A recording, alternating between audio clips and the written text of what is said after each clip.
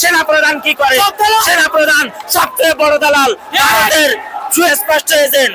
সুতরাং সেনাবাহিনীর কোন হস্তক্ষেপ আমরা এখানে সহ্য করব না।